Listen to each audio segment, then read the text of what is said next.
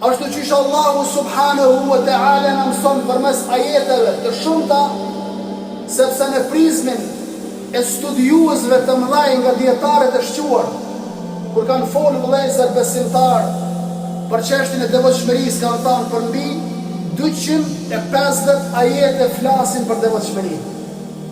Për mbi 250 leksione mësimesh të mëdha që duhet të vuan në tregun e zbatueshmërisë tonë në jetën tonë përditshme, ku në thelb pa të mund të jetë pikpyetje besimi jonë. Sepse devotshmëria është burim të cilën lidhet me sinqeritet vëllezër.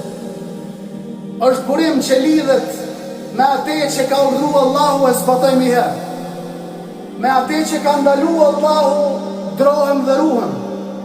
Prandaj fjala më e mirë, definicioni më i këndshëm, është ajo që populli e thot një fjalë shumë të mirë, çka s'ta do zemra mos ja bot hirve. Prandaj Allahu xhalla shanuhu përmes ajeteve kuranore dhe ndër të tjera është në këtë ajet që do të potencoj në suratul Maid ajeti 2. Allahu thot: "Wa ta'awanu 'ala al-birri wat-taqwa wa la ta'awanu 'ala al-ithmi wal-'udwan."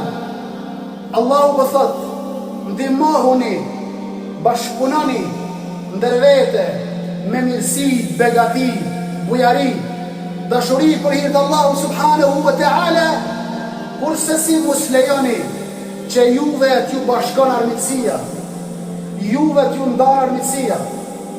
Pra të jeni nga ata robrit e Allahut xhalla sha'nuhu, që çdo gur, themeli, çdo vepër e vepruar dhe çdo aktivitet i joni të jetë për hir të Allahut subhanahu wa ta'ala.